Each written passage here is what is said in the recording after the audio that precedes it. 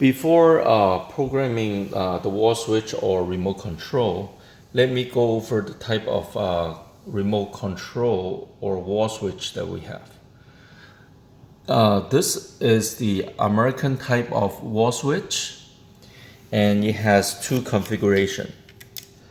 It has the normal line and neutral input type, and it also have the single wire input type. This is for the switch box that only have hot wire going in. So you have the hot wire going in and hot wire going out. Each wall switch on the top button, there's a little knob. When you feel it, you know which one is the top switch. On the top left-hand corner, this is an indication light. And on the right bottom, this is the reset pin.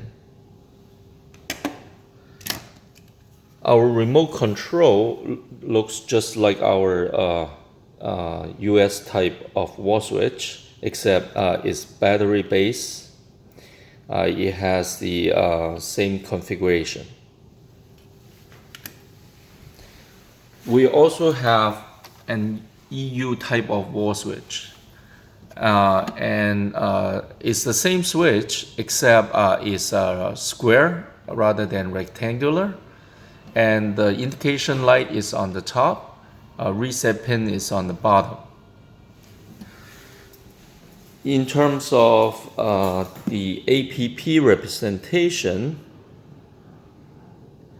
it looks like this.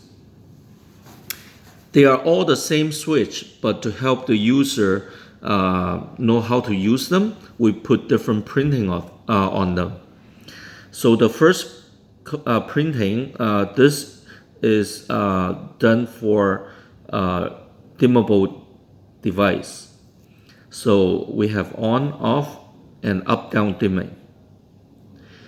If you see no printing on the switch, doesn't matter is the US type or EU type or remote control wall switch.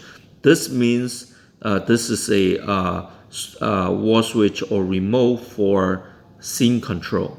So you can program 4 different scenes on it. And the last one is the printing for tunable white. So we have on off on the top, up down dimming, and then the last button can help you to switch between color temperature.